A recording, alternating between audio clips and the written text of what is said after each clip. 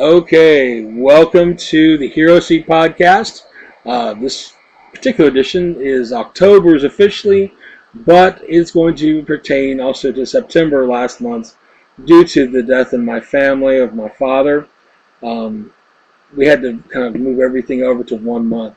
So I want to thank everybody for their well-wishing and their cards and offers of support and sympathy over the last few weeks. It's greatly appreciated. So all the supporters out there, thank you very much. It means a lot to me and my family. It led itself actually to me having to go back on a diet. So thank you all of my dad's former friends who gave us food. You have made me fat once again. Thanks a lot. Appreciate that. No, I jest. But the family really enjoyed everything, and they enjoyed the support. And we hope to be able to do the same for any of you should the need arise. So please just let us know. And as my mom says, yes, those thank you cards are in the mail. Joining me this evening is Jerome. Hola, ¿cómo está? Bien. ¿Es usted? I think I got that last part wrong, but whatever. That's quite all right. They couldn't see you make a mistake. This is all on podcast radio. So don't worry about it. I was actually telling you this has been a lot of situations because of September having to deal with family and personal issues that we were able to just kind of move everything over to work with October. I was taking the advice of people telling me now that you've handled your family situation, you need to take care of yourself. You need to go make sure you're okay. And let me tell you something. That advice stinks because that advice cost me money. Thank you. They should have been telling you that beforehand. Well, they were, always but I was ignoring it because I came up with reasons as to why I wasn't. My family came first. My business came first. We always do. Yeah. But I went. This is what I was telling you. Currently, I'm being treated with the wound care doctor out of Conyers, and also up in Loganville. My doctor's up there. They said that I had weepage, or flowing of liquid water out of a couple of wounds or broken skin areas on my legs. Okay. Became troublesome because we were talking about a pretty large amount of water, flowing out. I mean, I was drinking it, trying to drink a lot of water from my diet, but yes, as those who don't know me, I am a large mammal friend, so keep that in mind. The water was just going in and it wasn't cycling through. We'd get to those spots and never make it back out to my kidneys. They would go right out through the open wounds, at different times, depending on where I was laying down or sitting up. So I had finally took everyone's advice, and on my lunch break, I went to the doctor, and she said, you know what? And she's a Russian doctor. Okay, I won't give out any names. I don't want to be name dropping anybody. So it was more like, do you know what? She said, this is not good.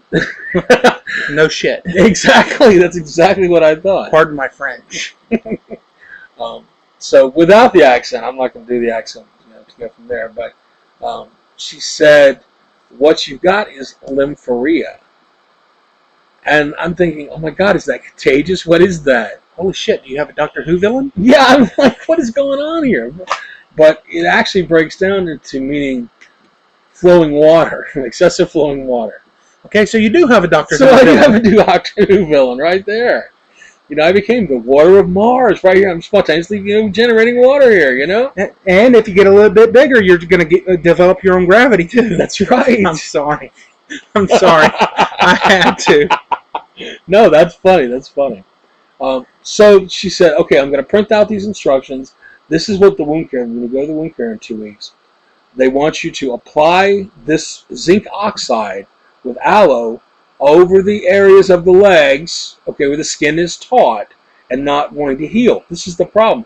Water is coming out of those areas, preventing the skin from healing.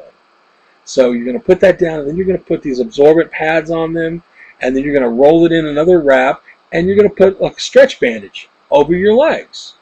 Okay, and it's going to absorb that liquid, and you may have to change it a couple of times over the first couple of weeks, but it keeps a barrier from the water coming out from touching the skin, so the skin can heal in those places. So you put the pads on and then wrap them up. They don't come with wings.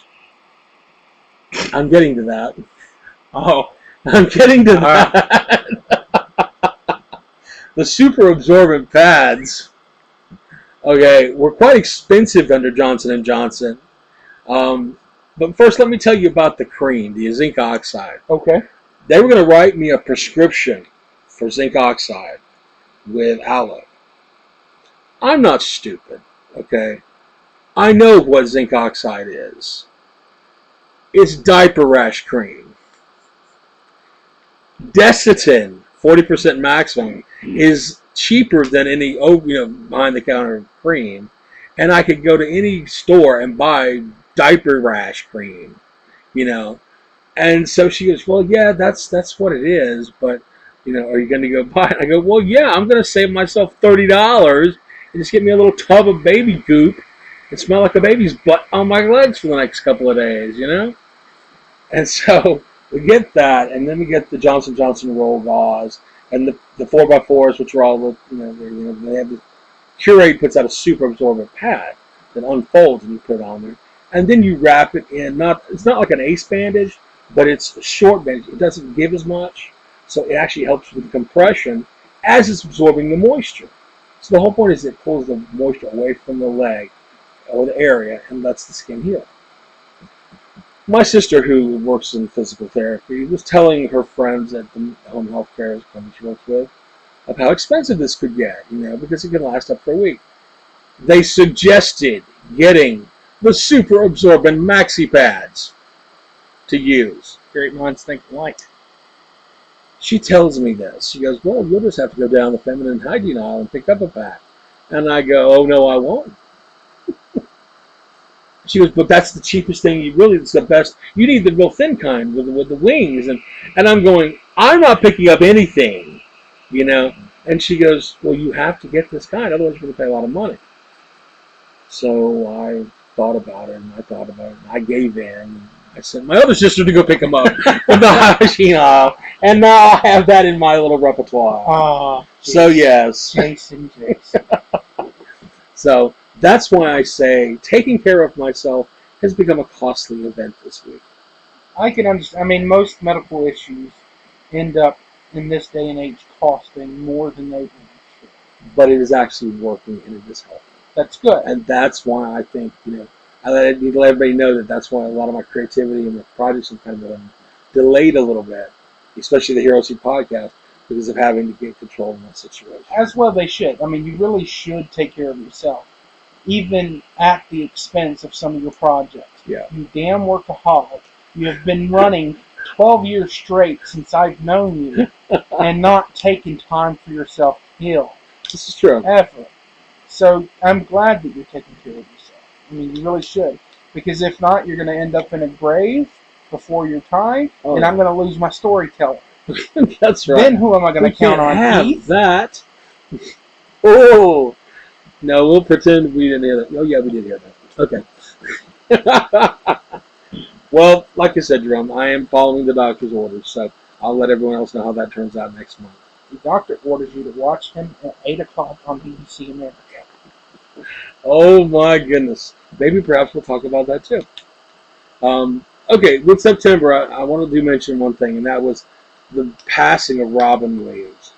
huge comedic icon, philanthropist, and overall just amazing gentle soul. Yeah. That we just really did not understand as a people how much he was really under pressure. In his. And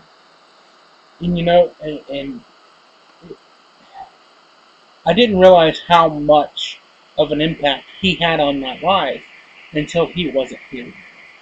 And that's the saddest thing. It really is, because once I heard it, and I said immediately, the world, the universe, existence is a much less funny place to be in. I agree. Because after hearing it, I thought about how much he has been in my life. Yeah. In the movies and the TV shows, and the Sesame Street episodes, and the comedy stand-ups, and Broadway Live. Even Comedy Aid, and everybody he's been working with in the movies and the film, industry alone. But did you also know he was one of the most generous and giving behind-the-scenes person? He actually helped Christopher Reeve pay for his medical bills. I did not know that. Yes, nobody really. He's totally anonymous. He did not want anything. He's got several charities that he was paying for and giving out money to Make-A-Wish foundations and helping kids. Plus, there was all the going overseas and the USO. The USO. Yeah. I knew about that. He was just a brilliant man. Yeah, and it really, like I said, it didn't hit me how much of an impact he had on my life until he wasn't here. Because I grew up in the 80s and 90s, and that's when Robin Williams was really hitting it big. Yeah. And, as Aladdin and Dead Poet Society and, and Mork and Mindy and all these other great things I grew up with him on, he became an outlet for me to laugh. Yes. And as Patch Adams, who believed that laughter was good for the soul. The best medicine. It was healing. And this man, Robin Williams, healed me in ways. Brought me out of some dark times just by sheer being in a movie and making me laugh. And we don't have it anymore. No, not at that level. And everyone that is out there now has based their comedic impact from people like Robin Williams. Mm-hmm. That group, that era, that generation of comedians. A lot of people didn't know that Robin Williams went to Juilliard to be a very serious actor, or at least a good character actor, as you said. I did recall that. He went to school with Christopher Reeves. In fact, Houseman, was one of his mentors. He actually taught there, and he actually, one interview that really sticks with me recently in the last few years before he passed away. He said he was sitting there in class talking with Chris, and there's the Houseman at the entrance standing. It was before he was about to really hit it big with his commercials about working for investment firms. And he said to the class, he goes, "This is what I want you to take from this. We will become rich if you make money. You have to make money the old-fashioned way. Get off your ass and take it." And it's like, that was the most profound statement, because that was Houseman's last week at Juilliard. He went and did commercials and made a fortune, for investment banking. This is how we make money the old-fashioned way. We earned it, And so he used that element of his life for comedy. And to hear Rob Williams do that impression, the man, it was brilliant. They counted how many different characters he did in the movie Aladdin alone. 55 different characters in one scene. Yep.